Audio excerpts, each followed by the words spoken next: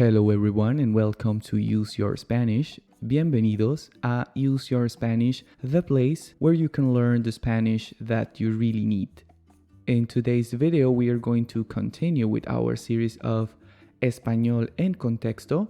This is our episode number 11, and the topic for this video is invitando a alguien a salir, asking someone out.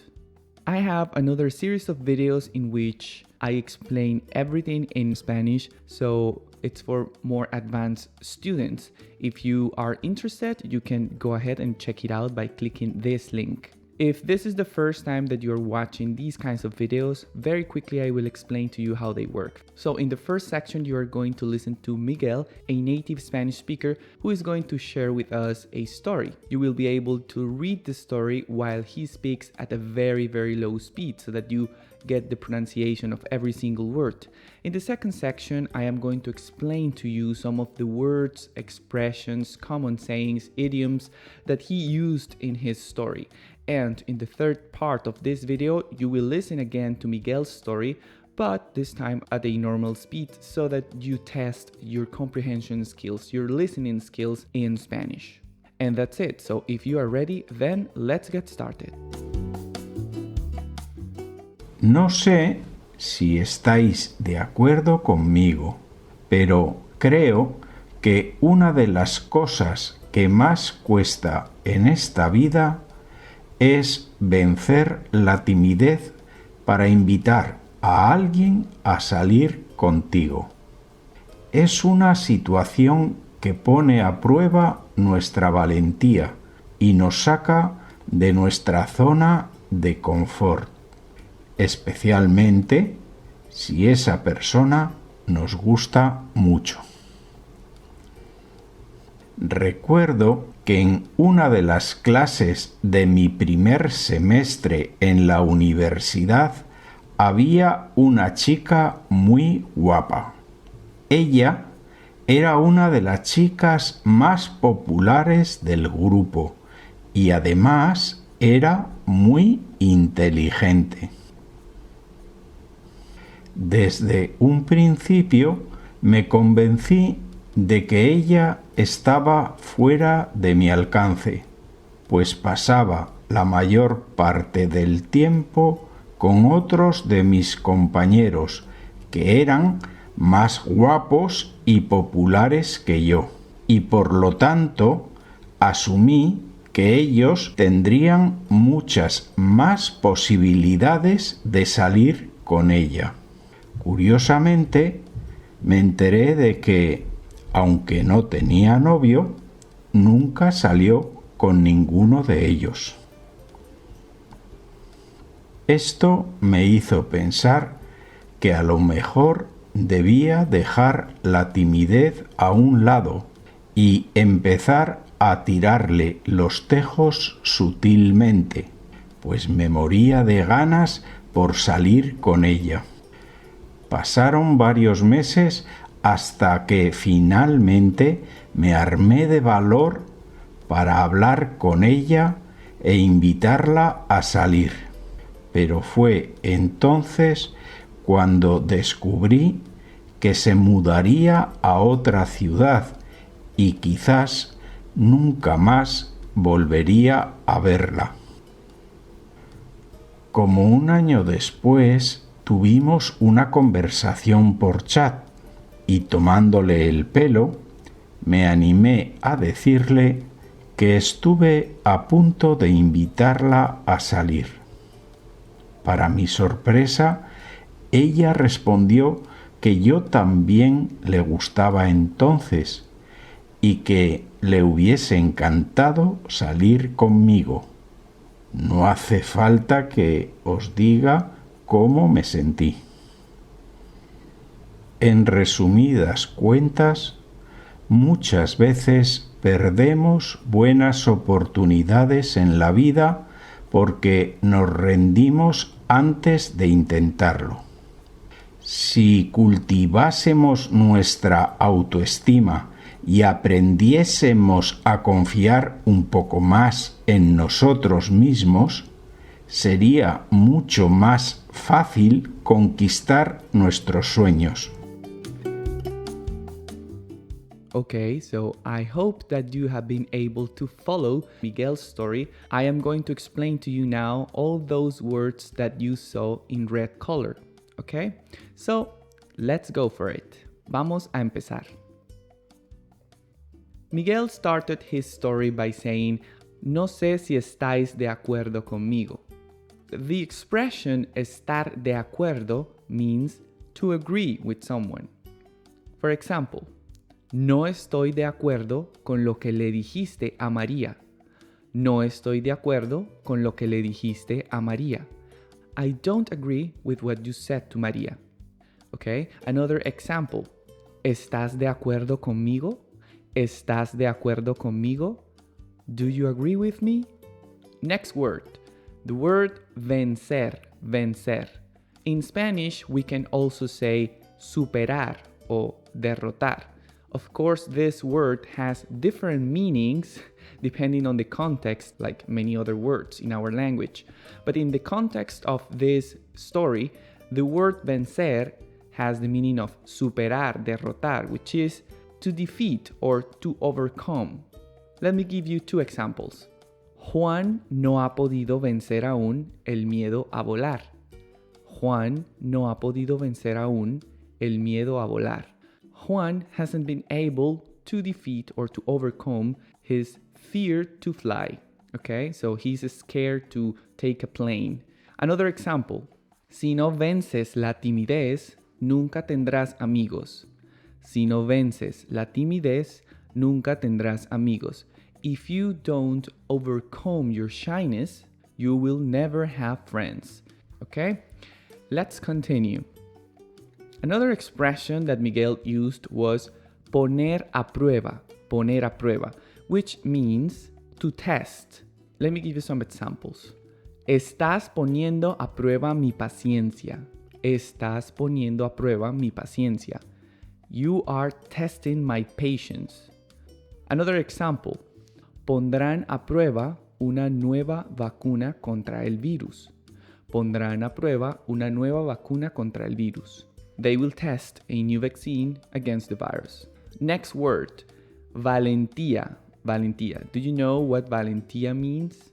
The word valentía in Spanish can also be expressed by the words coraje o valor, and they mean courage or bravery. Okay? So let me give you some examples. Admiro la valentía de los bomberos. Admiro la valentía de los bomberos. I admire the bravery or the courage of firefighters. Another example. No tengo la valentía necesaria para decírselo. No tengo la valentía necesaria para decírselo. And here it says a ella because we are referring to a girl, a woman. So in English, we would say, I don't have the necessary courage or the necessary bravery to tell her. Okay? Next one, enterarse.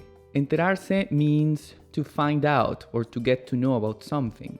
For example, me acabo de enterar de que voy a ser papá.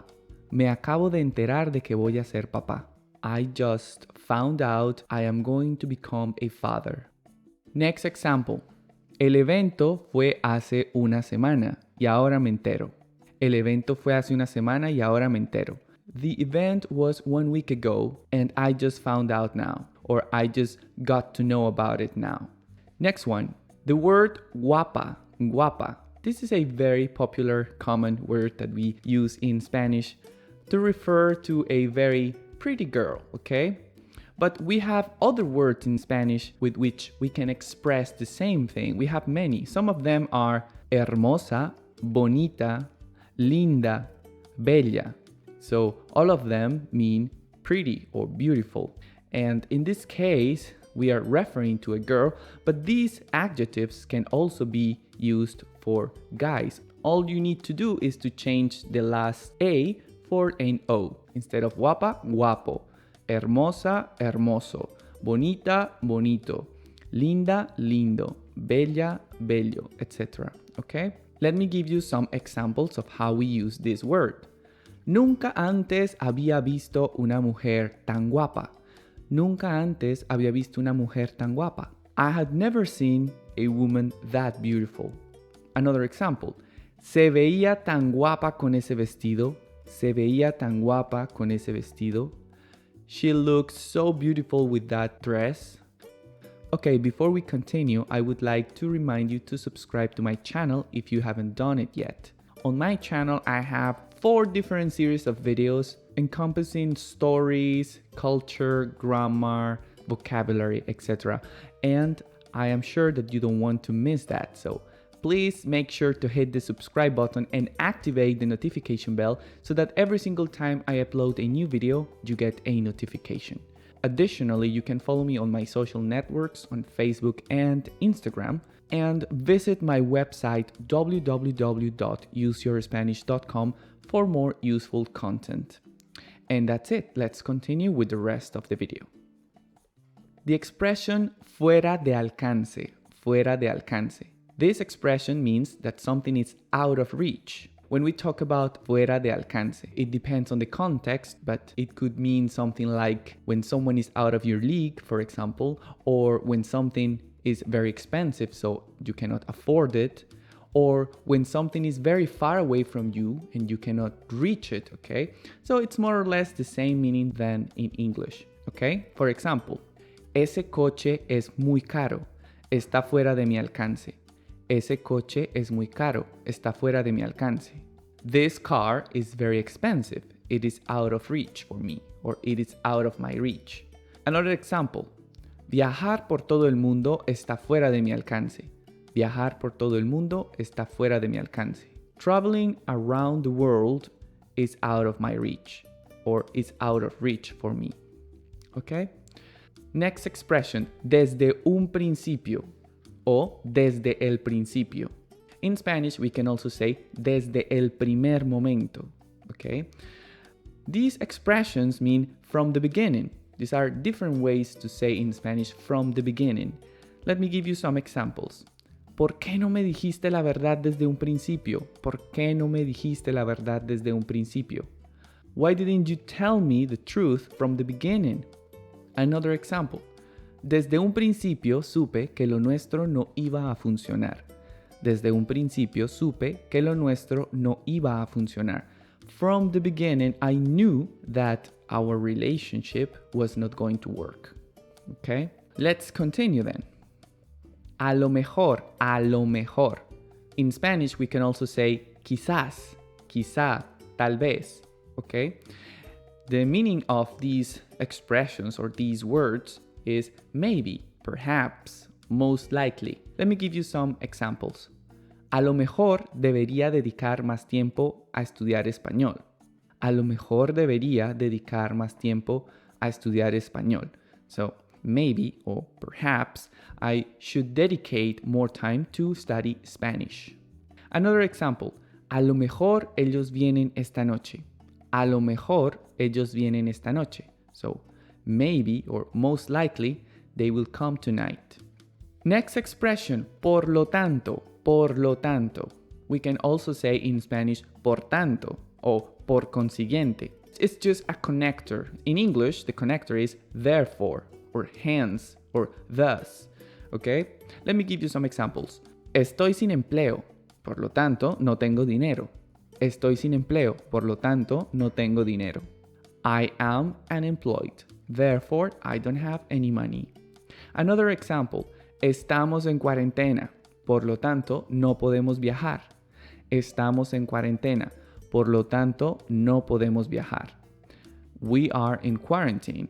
Therefore, or hence, we cannot travel or we are not allowed to travel. Okay? I am going to make a video about the use of the neutral article, which is lo. Sometimes it is very confusing how to use lo in Spanish. So I've decided that I'm going to make a video explaining to you how you can use this article. We call it el artículo neutro, okay? So if you are interested, you can check it out by clicking here once it is ready, okay? So now let's continue. Another expression that Miguel used was dejar de lado or dejar a un lado, okay? We can use both. Dejar a un lado o dejar de lado means to push aside something or to get rid of something, depending on the context. Let me give you some examples. No deberías dejar de lado tus sueños por esa relación. No deberías dejar de lado tus sueños por esa relación. You shouldn't push aside your dreams because of that relationship. Or you shouldn't get rid of your dreams because of that relationship. Another example. No logro hacer a un lado estos pensamientos deprimentes. No logro hacer a un lado estos pensamientos deprimentes. I don't manage or I can't get rid of these depressing thoughts. Okay? Next expression, animarse a, animarse a. In Spanish, we can also say atreverse a, atreverse a. The word animarse can have another meaning. It's like to cheer up, okay? But in this case, animarse a or atreverse a means to dare to do something, okay? Let me give you some examples. ¿Te animaste a darle un beso? ¿Te animaste a darle un beso? Did you dare to give him or give her a kiss? Another example.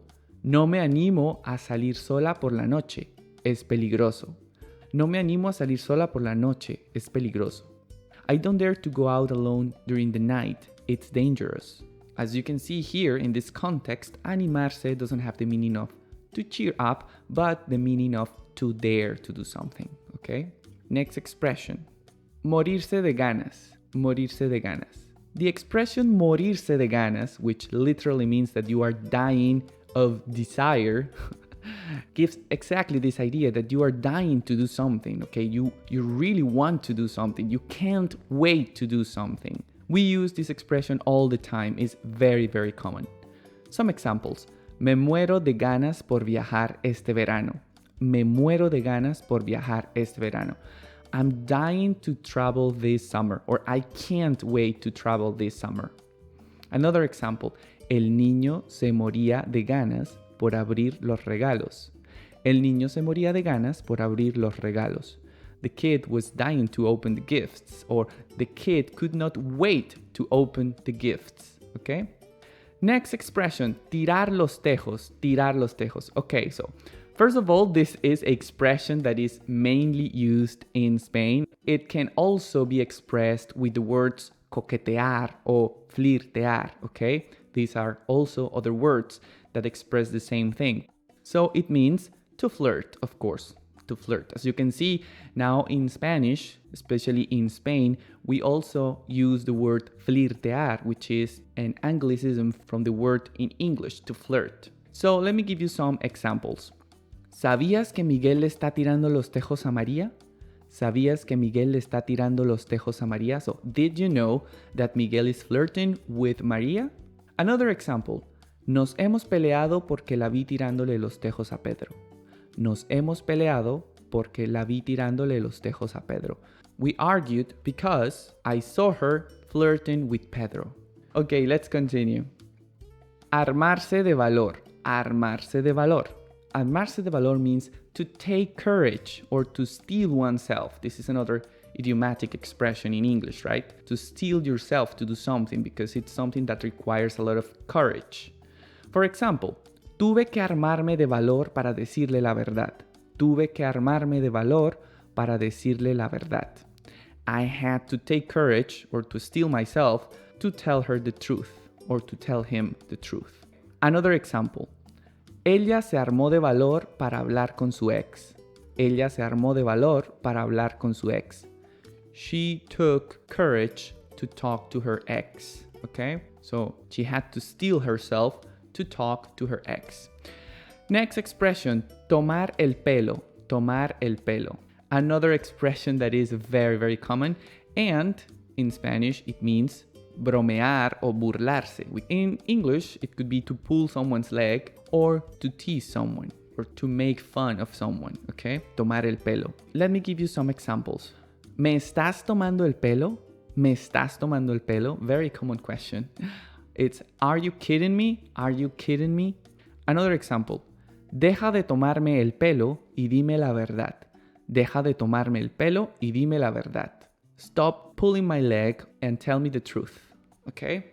Next word, mudarse, mudarse. The word mudarse means to move out, okay? When you are moving out from one house to another, from one city to another, etc., okay? Examples. Me mudé a esta ciudad hace ya 4 años. Me mudé a esta ciudad hace ya 4 años. I moved to this city 4 years ago.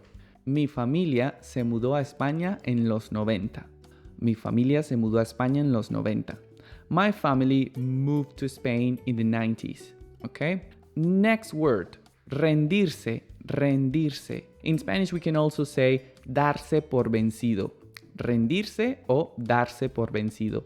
These two expressions mean to give up, to give up. Let me give you some examples. Ella nunca se rindió. Ella nunca se rindió. She never gave up. She never gave up. Another example. Si te rindes hoy, te arrepentirás mañana. Si te rindes hoy, te arrepentirás mañana. If you give up today, you will regret it tomorrow.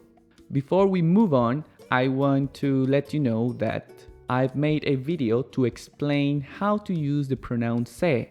I know that sometimes this pronoun can be a little bit confusing. So I made a video to explain how to use the pronoun se with the different types of constructions. I think it's very useful and it's very clear and very interesting. So if you are interested, you can go ahead and check it out, or you can wait and watch it at the end of this video.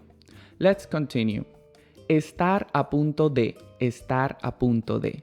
The expression estar a punto de means to be about to do something, okay? For example, el jefe está a punto de llegar. El jefe está a punto de llegar. The boss is about to arrive. Another example, estaba a punto de salir de casa cuando sonó el teléfono. Estaba a punto de salir de casa cuando sonó el teléfono. I was about to leave my house when the telephone rang, okay? Next expression, no hace falta, no hace falta. In Spanish, we can also say no es necesario, no es necesario. It means it is not necessary to or no need to, okay? Let me give you some examples. No hace falta que te lo diga, ya lo sabes. No hace falta que te lo diga, ya lo sabes. It is not necessary that I tell you about it. You already know it. Another example, no hace falta regar las plantas todos los días. No hace falta regar las plantas todos los días. It is not necessary to water the plants every day. Okay? And finally, the expression en resumidas cuentas. En resumidas cuentas. It is a way to finish any kind of conversation. It's just a way to sum up, right? To sum up, or to say in conclusion, or in a nutshell, okay? So, for example, en resumidas cuentas, el objetivo de este video es que mejores tu español de una forma práctica. Así que ahora vamos a escuchar la historia de Miguel otra vez, pero a una velocidad normal. So, in conclusion, the objective of this video is that you improve your Spanish in a practical way. So now, in the third section of this video, you are going to listen to Miguel's story, but at a normal speed, so that you can test your comprehension skills, but also you can test what you have learned during this lesson, okay? You know already all the words, you know all the expressions, you know some vocabulary, and of course you have many examples. So now what you have to do is to close your eyes if you want and try to follow the story of Miguel one more time, but this time at a normal speed, okay? Let's go for it. No sé si estáis de acuerdo conmigo, pero creo que una de las cosas que más cuesta en esta vida es vencer la timidez para invitar a alguien a salir contigo. Es una situación que pone a prueba nuestra valentía y nos saca de nuestra zona de confort, especialmente si esa persona nos gusta mucho. Recuerdo que en una de las clases de mi primer semestre en la universidad había una chica muy guapa. Ella era una de las chicas más populares del grupo y además era muy inteligente. Desde un principio me convencí de que ella estaba fuera de mi alcance, pues pasaba la mayor parte del tiempo con otros de mis compañeros, que eran más guapos y populares que yo, y por tanto asumí que ellos tendrían muchas más posibilidades de salir con ella. Curiosamente, me enteré de que, aunque no tenía novio, nunca salió con ninguno de ellos. Esto me hizo pensar que a lo mejor debía dejar la timidez a un lado y empezar a tirarle los tejos sutilmente, pues me moría de ganas por salir con ella. Pasaron varios meses hasta que finalmente me armé de valor para hablar con ella e invitarla a salir. Pero fue entonces cuando descubrí que se mudaría a otra ciudad y quizás nunca más volvería a verla. Como un año después tuvimos una conversación por chat y tomándole el pelo me animé a decirle que estuve a punto de invitarla a salir. Para mi sorpresa, ella respondió que yo también le gustaba entonces y que le hubiese encantado salir conmigo. No hace falta que os diga cómo me sentí. En resumidas cuentas, muchas veces perdemos buenas oportunidades en la vida porque nos rendimos antes de intentarlo. Si cultivásemos nuestra autoestima y aprendiésemos a confiar un poco más en nosotros mismos, sería mucho más fácil conquistar nuestros sueños. And that's it. Thank you very much for watching this video. I hope you have enjoyed it. I hope that you have learned a lot of vocabulary, expressions, common sayings, idioms, etc. If you did, if you enjoyed this video, please don't forget to give us a like, to leave a comment with your questions, with your compliments, with your complaints, etc. And to share it with your friends, to share it with your family on your social networks so that more people can get to know about this useful content. So don't forget to visit my website www.useyourspanish.com and follow me on my social networks on Facebook and Instagram. Una vez más, gracias por ver este video y nos vemos en una próxima lección. Hasta pronto.